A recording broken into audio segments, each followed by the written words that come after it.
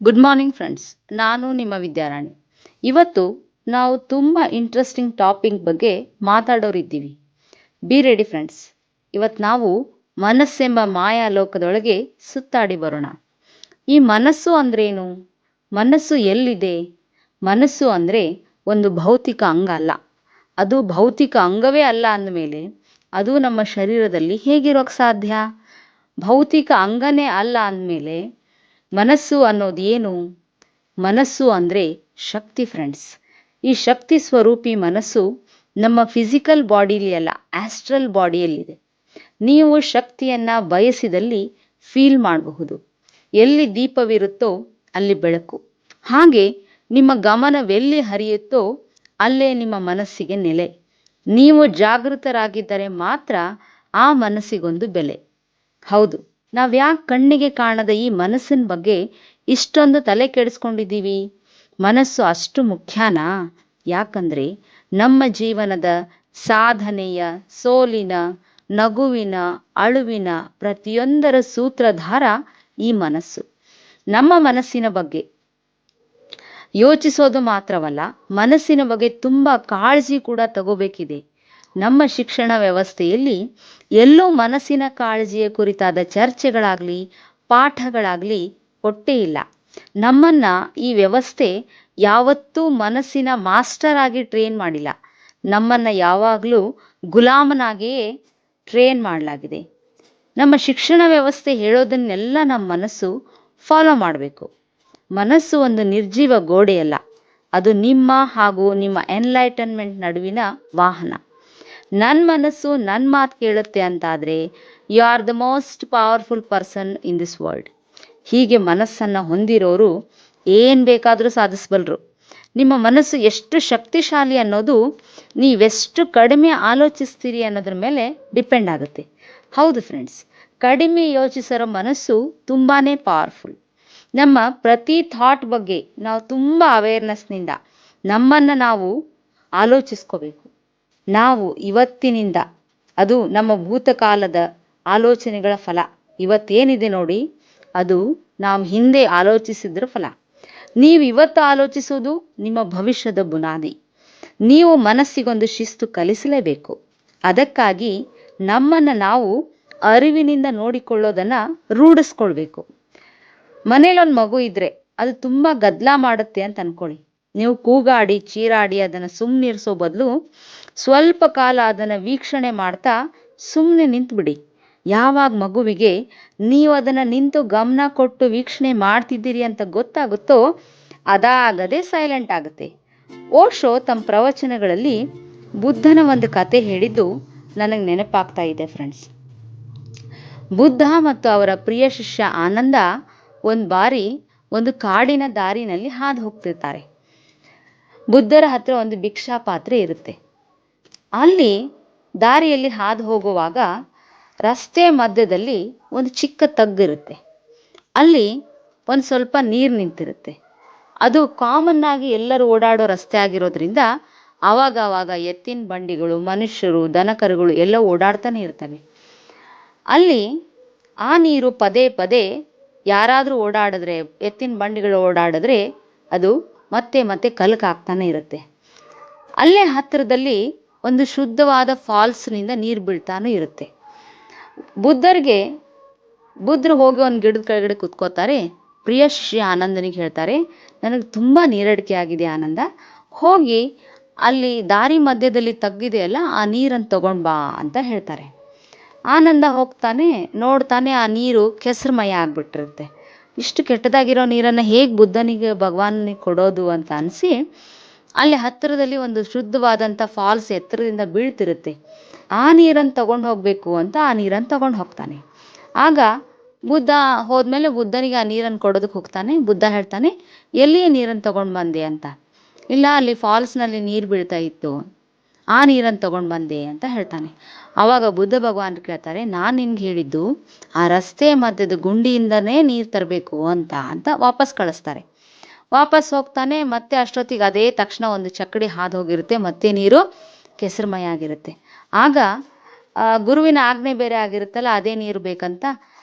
ಆವಾಗ ಆನಂದ ಸ್ವಲ್ಪ ಹೊತ್ತು ವೇಟ್ ಮಾಡ್ತಾನೆ. ವೇಟ್ ಮಾಡಿ ಆ ಎಲ್ಲ ಕೆಸರು ಕೆಳಗೆ ಹೋಗಿ ಕೂತ್ಮೇಲೆ ತಿಳಿ ನೀರು ನಿಂತ್ಕೊಳುತ್ತಲ್ಲ, ಆ ತಿಳಿ ನೀರನ್ನು ತಗೊಂಡು ಬಂದು ಬುದ್ಧ ಭಗವಾನರಿಗೆ ಕೊಡ್ತಾರೆ. ಬುದ್ಧ ಭಗವಾನರ ಮುಗುಳ್ನಗುತ್ತಾ ಆ ನೀರನ್ನು ಕುಡಿದು ಒಂದು ನಿರ್ಲಿಪ್ತ ನಗೆಯೊಂದಿಗೆ ಧ್ಯಾನಕ್ಕೆ ಕೊಡ್ತಾರೆ. ಆಗ ಆನಂದನಿಗೇನೋ ಅನಿಸುತ್ತೆ. ನನಗೆ ನಮ್ಮ ಗುರುಗಳಿಗೆ ಕೇಳ್ತಾರೆ, ಯಾಕೆ ಗುರುಗಳೇ ನನಗೇನು ಪಾಠ ಕಲಿಸ್ಬೇಕು ಅಂತ ನನಗೆ ಈ ಥರ ಹೇಳಿದ್ರಿ ಅಂತ ಕೇಳ್ತಾರೆ. ಅವಾಗ ಬುದ್ಧ ಭಗವಾನ್ರು ಹೇಳ್ತಾರೆ, ನಿನ್ನ ಮನಸ್ಸು ಕೂಡ ಆ ರಾಡಿ ನೀರಿನ ಥರ, ನೀನು ಹಂಸ ಅಲ್ಲ. ಹಾಗಾಗಿ ನೀನು ಅದನ್ನು ಕಲ್ಕಿದ್ರೆ ಇನ್ನೂ ರಾಡಿ ಆಗುತ್ತೆ. ಅದನ್ನು ನಿಶ್ಚಲವಾಗಲು ಬಿಡು ಆನಂದ ಅಂತ ಹೇಳ್ತಾರೆ. ಅಂದರೆ ನಮ್ಮ ಮನಸ್ಸನ್ನು ನಾವು ನಿಶ್ಚಲವಾಗಲು ಬಿಡಲೇಬೇಕು. ಆಮೇಲೆ ಮಾತ್ರ ನೀವು ಅದರಿಂದ ಎಂಥದ್ದೇ ಕೆಲಸವನ್ನು ಬೇಕಾದ್ರೂ ತಕ್ಕೊಳ್ಬೋದು ಸ್ನೇಹಿತರೆ. Friends, let's mind to settle down.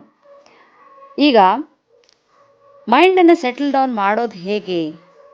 ನಾವು ಯಾವಾಗಲೂ ಭೂತಕಾಲದ ಕಹಿಗಳನ್ನು ನೆನಪಿಸ್ಕೊಂಡು ದುಃಖಿಸ್ಲಿಕ್ಕೆ ಸಮಯ ಕಳಿತೀವಿ, ಇಲ್ಲವೇ ಭವಿಷ್ಯದ ಬಗ್ಗೆ ಭಯ ಪಡ್ತಾ ಸುಮ್ಮನೆ ಇಲ್ಲದ ಕಲ್ಪನೆಗಳನ್ನು ಕಟ್ಕೊಂಡು ಆ ಭಯದಲ್ಲೇ ಸಮಯ ಕಳಿತೀವಿ. ನಾವು ಯಾವಾಗಲೂ ಪ್ರಾಬ್ಲಮ್ಸನ್ನೇ ಹುಡುಕಲು ಪ್ರಯತ್ನಿಸ್ತಾ ಇರ್ತೀವಿ. ಆ ಕೆಲಸ ಮಾಡಿಬಿಡಿ ಫ್ರೆಂಡ್ಸ್. ಯಾವಾಗಲೂ ಪ್ರಾಬ್ಲಮ್ಸ್ಗಳನ್ನು ಯಾಕೆ ಹುಡುಕ್ತೀರಿ? ಆ ಸಮಸ್ಯೆಗಳು ನಮಗಾಗಿ ಏನು ಅವಕಾಶಗಳನ್ನು ಕ್ರಿಯೇಟ್ ಮಾಡಿಕೊಟ್ಟಿದೆ ಅಂತ ಹುಡುಕಿ. ಅಂದರೆ ಅವಕಾಶಗಳನ್ನು ಹುಡುಕಿ. ಸಮಸ್ಯೆ ಎಲ್ಲಿರುತ್ತೋ ಅಲ್ಲಿ ಅವಕಾಶಗಳು ಭರ್ಪೂರಾಗಿರ್ತವೆ. ಸೊ ಫ್ರೆಂಡ್ಸ್, ಇವತ್ತು ನಾವು ನಮ್ಮ ಮನಸ್ಸನ್ನು ಹೇಗೆ ಟ್ಯೂನಪ್ ಮಾಡ್ಕೊಳ್ಳೋದು ಅನ್ನೋದ್ರ ಬಗ್ಗೆ ಒಂದಷ್ಟು ಟಿಪ್ಸ್ ಕೂಡ ನಾನು ನಿಮ್ಗೆ ಹೇಳ್ತೀನಿ. ನೀವು ಒಂದು ಪೇಪರ್ ತಗೊಳ್ಳಿ.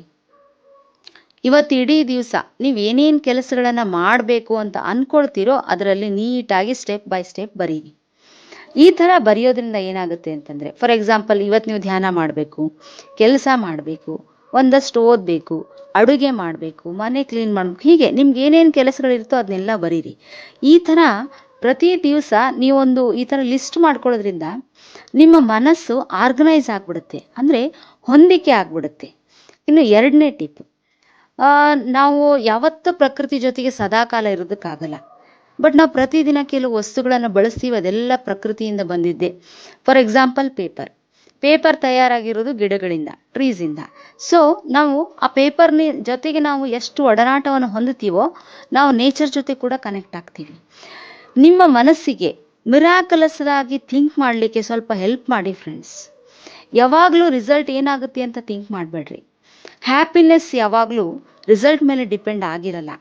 ಸೊ ನೀವು ಯಾವುದನ್ನೇ ಆಗಲಿ, ಯಾವುದೇ ವಿಚಾರವನ್ನಾಗಲಿ ಬರೆದು ತೆಗೆಯೋದ್ರಿಂದ ನೀವು ತುಂಬ ಕ್ಲಾರಿಟಿಯನ್ನು ಹೊಂದ್ತೀರಿ, ಪ್ರಾಪರಾಗಿ ಪ್ಲ್ಯಾನ್ ಮಾಡೋದಕ್ಕೆ ಸಾಧ್ಯ ಆಗುತ್ತೆ.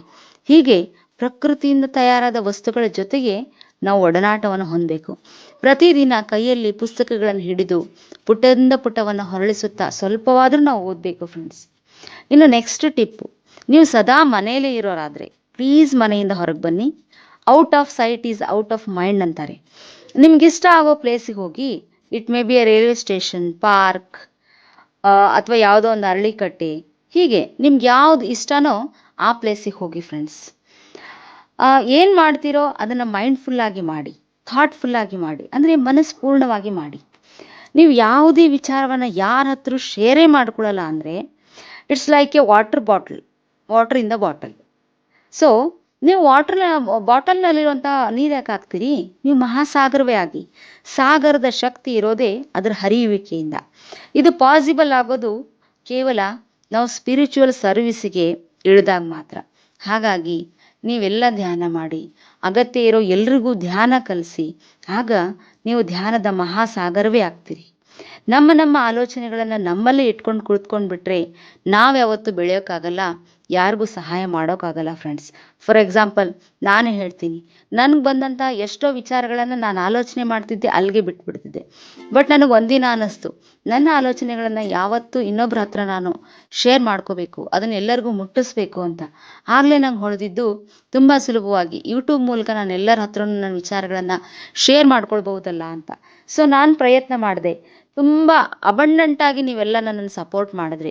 ತುಂಬ ವೇಗವಾಗಿಯೇ ಇದು ತುಂಬ ಜನರನ್ನು ತಲುಪೋದಕ್ಕೂ ಕೂಡ ಸಾಧ್ಯ ಆಯಿತು. ಹಾಗಾಗಿ ಅಬಂಡೆಂಟ್ ಆಗಿ ಆಲೋಚಿಸಿ, ಅಂದರೆ ಸಮೃದ್ಧವಾಗಿ ಆಲೋಚಿಸಿ.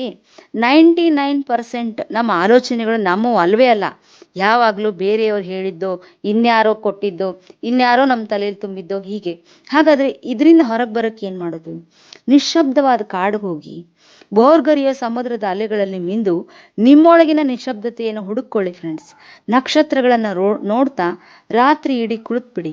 ಹೀಗೆ ನಮ್ಮದಲ್ಲದ ಕೆಲಸ ಅಂತ ನಾವೇನು ಅನ್ಕೊಂಡಿದ್ದೀವೋ ಅದನ್ನ ಮಾಡೋದ್ರಿಂದ ಮಾತ್ರ ನಾವು ನಮ್ಮ ಮನಸ್ಸಿನ ಶಕ್ತಿಯನ್ನು ಕಂಡುಕೊಳ್ಳೋದಕ್ಕೆ ಸಾಧ್ಯ. ಹಾಗಾಗಿ ದಯವಿಟ್ಟು ನೀವೆಲ್ಲರೂ ಧ್ಯಾನ ಮಾಡಿ, ಧ್ಯಾನವನ್ನು ಹೇಳ್ಕೊಡಿ. ಪ್ರಕೃತಿಯ ಜೊತೆಗೆ ಒಂದು ಏಕತಾನತೆಯನ್ನು ಬೆಳೆಸ್ಕೊಳ್ಳಿ ಫ್ರೆಂಡ್ಸ್. ಇದರಿಂದ ನೀವು ತುಂಬ ಹಗುರವಾಗಿ, ತುಂಬ ಸರಳವಾಗಿ ಜೀವನವನ್ನು ತಗೊಳ್ಳೋದಕ್ಕೆ ಸಾಧ್ಯ, ನೋಡೋದಕ್ಕೆ ಸಾಧ್ಯ. ಹಾಗಾಗಿ ಮನಸ್ಸಿನ ಬಗ್ಗೆ ಹಲವಾರು ರೀತಿ ವ್ಯಾಖ್ಯಾನಗಳನ್ನು ಮಾಡ್ತಾರೆ. ಮನಸ್ಸೊಂದು ಮಾಯಾವಿ, ಹಾಗೆ ಹೀಗೆ ಅಂತೆಲ್ಲ. ಬಟ್ ಮನಸ್ಸು ಒಂದು ಮಾಂತ್ರಿಕ ಶಕ್ತಿ. ಆ ಮಾಂತ್ರಿಕ ಶಕ್ತಿಯ ಮಂತ್ರದಂಡ ನಿಮ್ಮ ಕೈಯಲ್ಲೇ ಇದೆ. ಹಾಗಾಗಿ ನಿಮ್ಮ ಮನಸ್ಸಿನ ಒಡೆಯರು ನೀವೇ ಆಗಿ, ಮನಸ್ಸು ಅಪಾರವಾದ ಸಮೃದ್ಧವಾದಂತಹ ಸುಖ ಸಂತೋಷಗಳನ್ನು ವಿಶ್ವ ಪರ್ಯಂತ ನಿಮ್ಮನ್ನು ಕಳಿಸಿಕೊಟ್ಟು ಆನಂದಿಸಲು ಹಚ್ಚುತ್ತೆ. ಆ ಪ್ರಯತ್ನ ಮಾಡಿ ನೋಡಿ. ಮನಸ್ಸು ಯಾವತ್ತೂ ನಿಮ್ಮನ್ನ ಹುರುಪಿನಿಂದ ಮುಂದೋಡ್ಲಿ ಅಂತಾನೆ ನಿಮ್ಮನ್ನು ಬಯಸುತ್ತೆ. ಹಾಗಾಗಿ ನೀವು ಯಾವ ರೀತಿ ಮನಸ್ಸಿನ ಬಗ್ಗೆ ನಿರ್ಧಾರಗಳನ್ನು ತಗೋತೀರಿ ಅನ್ನೋದು ಕೂಡ ತುಂಬ ಮುಖ್ಯ ಆಗುತ್ತೆ. ನೀವು ಮನಸ್ಸಿನ ವೇಗದೊಂದಿಗೆ ವೇಗವನ್ನು ಸೇರಿಸಿ ಜಗತ್ತಿನಲ್ಲಿರೋ ಎಷ್ಟೊಂದು ಸಂತೋಷಗಳಿವೆ ಅದನ್ನೆಲ್ಲ ಅನುಭವಿಸುವಂಥ ಪ್ರಯತ್ನ ಮಾಡಿ ಫ್ರೆಂಡ್ಸ್. ಹಾಗಾಗಿ ಮನಸ್ಸೆಂಬ ಮಾಂತ್ರಿಕ ಶಕ್ತಿ ಯಾವತ್ತೂ ನಮಗೆ ಸಪೋರ್ಟ್ ಆಗಿ ಇರುತ್ತೆ ಅನ್ನೋದನ್ನ ಯಾವತ್ತೂ ಮರಿಬೇಡಿ ಫ್ರೆಂಡ್ಸ್. ಇವತ್ತಿನ ಮನಸ್ಸು ಒಂದು ಮಾಂತ್ರಿಕ ಶಕ್ತಿ ಈ ವಿಚಾರ ನಿಮ್ಗೆ ಇಷ್ಟ ಆಗಿದ್ದಲ್ಲಿ ನನ್ನ ಚಾನಲ್ ಧ್ಯಾನಾಮೃತಕ್ಕೆ ಸಬ್ಸ್ಕ್ರೈಬ್ ಆಗಿ, ಈ ವಿಡಿಯೋಗೊಂದು ಲೈಕ್ ಕೊಡಿ, ನಿಮ್ಮ ಫ್ರೆಂಡ್ಸ್ ಮತ್ತು ರಿಲೇಟಿವ್ಸ್ಗೆ ಶೇರ್ ಮಾಡಿ ಫ್ರೆಂಡ್ಸ್. ಶುಭ ದಿನ. Thank you.